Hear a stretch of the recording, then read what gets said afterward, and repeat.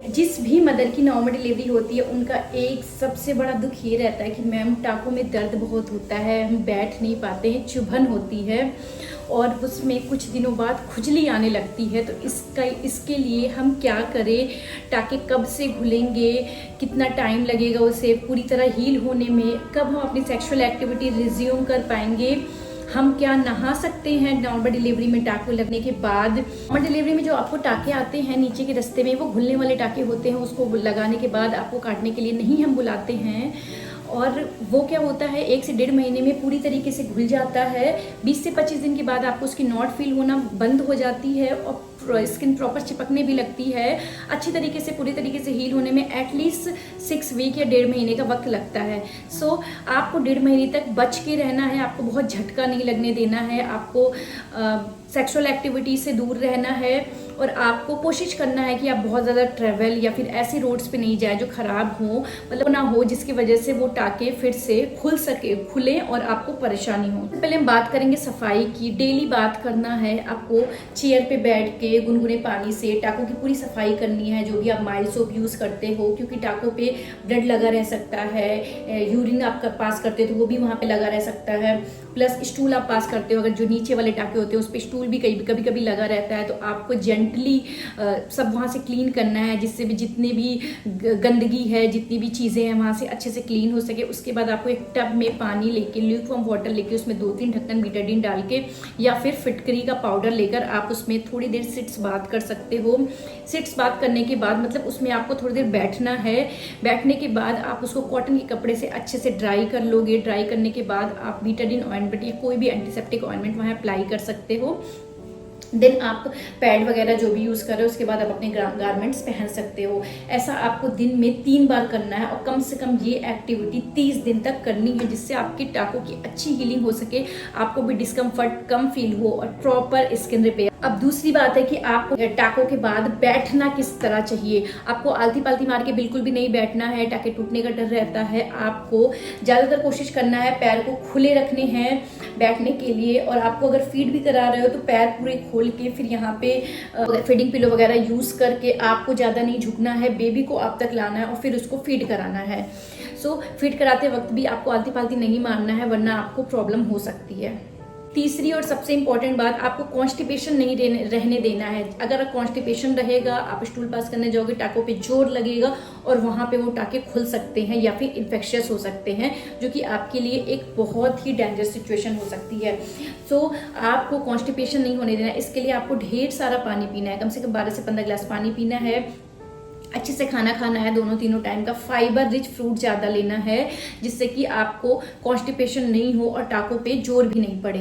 इन सब करने के बाद भी अगर आपको स्टूल सॉफ्ट नहीं हो रहा है, आप कॉन्स्टिपेटेड फील कर रहे हो, तो आपको अपने डॉक्टर से मिलके कोई ऐसा माइल्ड लैक्सेटिव यूज़ करना है जिसको आप हफ्ते 10 दिन के लिए यूज़ कर सको, जिसकी वजह से आपकी पॉटी सॉफ्ट हो और आपकी टाँकों को हील करने का पूरा टाइम मिले। चौथी बात है, पेशेंट आके बताते हैं कि मैम सब कुछ तो ठीक है, बट जब भी मैं बैठती हूँ ना तो मुझे बहुत चुभन होती है, मेरी चीख निकल जाती है। ऐसा आपने जिसकी भी नॉर्मल डिलीवरी हुई है वो फील कर सकता है कि उस समय टाँकों पे कितना ज़्यादा प्रेशर पड़ता है जब हम बैठते हैं या फिर हम सडन उठते हैं। इन सब चीज़ों का हमें अच्छे से ध्यान रखना है। सबसे पहले आपको बैठने के लिए कोई सॉफ्ट सरफेस ही यूज़ करना है। अगर आप चेयर पर बैठे हो तो एक सॉफ्ट कुशन ले सकते हो। अगर आप बेड पर बैठ रहे हो तो भी अपने नीचे पहले एक सॉफ्ट कुशन रखो, उसके ऊपर आप बैठो। तो इससे क्या होगा कि जो टाँकों की चुभन है ना, वो आपको डायरेक्ट फील नहीं होगी, वो उस कुशन पे जाएगी और उसकी वजह से आपको वो वाला पेन फील नहीं होगा। तो आपको ध्यान रखना है।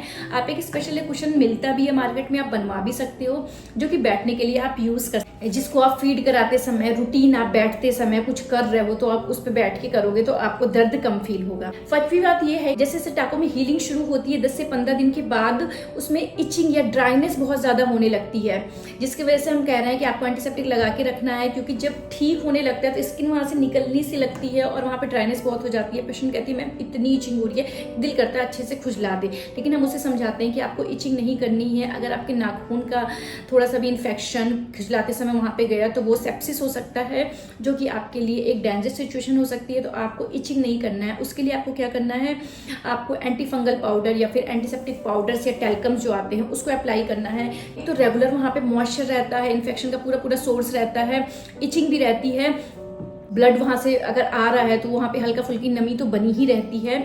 तो इसलिए आपको वहाँ पे टेल्कम अगर आप 2 से 3 बार दिन में यूज़ कर लोगे तो थोड़ी देर के लिए जो ड्राइनेस रहेगी उसकी वजह से वो थोड़ा सा इन्फेक्शन का सोर्स भी कम होता है और एंटी फंगल की वजह से आपको फिर इचिंग भी कम होगी। छठी चीज़ है हम सैनिटरी नैपकिन कौन से यूज़ करें। मैं बताऊँ तो सबसे बेस्ट नैपकिन होता है जो आपको हॉस्पिटल में प्रोवाइड किया जाता है। गॉस पीस के बीच में कॉटन रखा होता है और जो नैपकिन की तरह बना के आपको दिया जाता है, मतलब ऊपर गॉस पीस नीचे गॉस पीस बीच में कॉटन रखते हैं।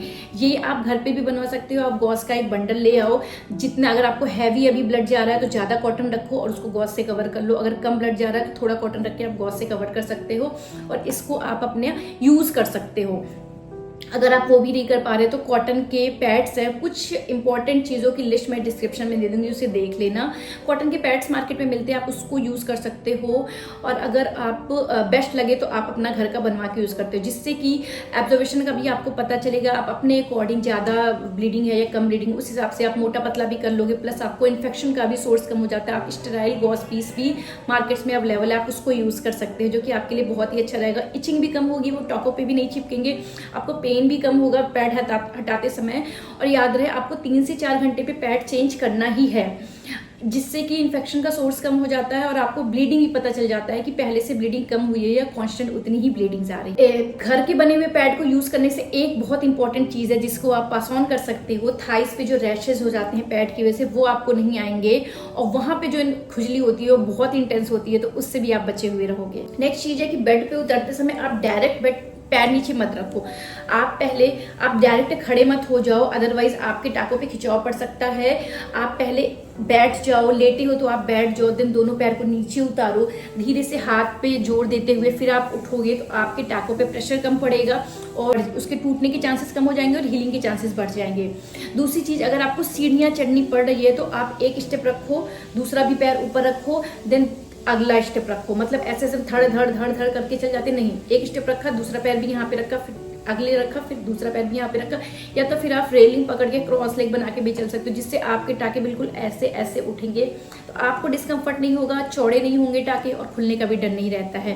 तो ये छोटी छोटी बातें हैं जिनको आप ध्यान में रख के अपने टाकों की देखभाल कर सकते हो। 1.5 महीना आपको कोई भी ऐसा हैवी वर्क नहीं करना है, ऐसा कोई इंटेंस वर्क नहीं करना है, अपने बॉडी को पूरा पूरा टाइम देना है रिपेयर होने के लिए, जो कि आपके लिए बहुत ही ज़्यादा नेसेसरी है। अभी आपको बेबी को बड़ा करना है, उसको फीड कराना है, उसकी चीज़ों को मैनेज करना है। तो अगर आप टाकों की तरफ ही आपका ध्यान रहेगा, ना तो ढंग से फीड करा पाओगे, ना तो आप उसकी और एक्टिविटी को एंजॉय कर पाओगे। मदरहुड एंजॉय भी तो करना है। तो सबसे बड़ा हमारा एम है कि हेल्दी बेबी हेल्दी मदर, आप भी हेल्दी रहो और बेबी को भी आप उतना टाइम दे पाओ, क्योंकि अगर आप खुश रहोगे तो बेबी को भी उतनी ही खुशी दे पाओगे और अपने मदरहुड को बहुत ही अच्छे से एंजॉय कर पाओगे। वीडियो अच्छा लगा हो तो लाइक कर देना, एक प्यारा सा कमेंट डाल देना और सब्सक्राइब कर लेना मेरे चैनल को, क्योंकि आने वाले हैं बहुत अच्छे अच्छे वीडियो सीरीज में। तो आपको मिस नहीं करना है, बने रहना है। Thank you.